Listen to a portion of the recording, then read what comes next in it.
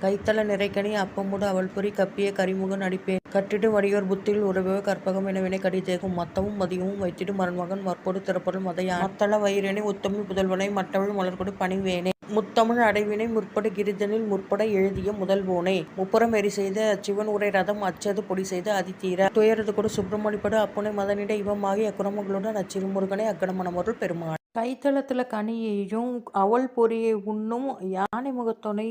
தொழும்போது அவங்க அடியவர்களுடைய மனசில் உரைபவர் கற்ப கொண்டும் போது அவர்களுடைய வினைகளை களைபவர் சிவபார்வதியுடைய மகன் முதன்மையான மேருமலையில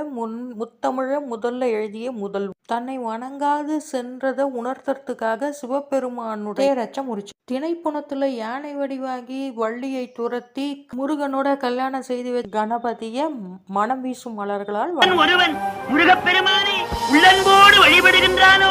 கேட்டதே கிடைக்கும், நினைத்ததே தருவான், சந்தேகம் இல்லை.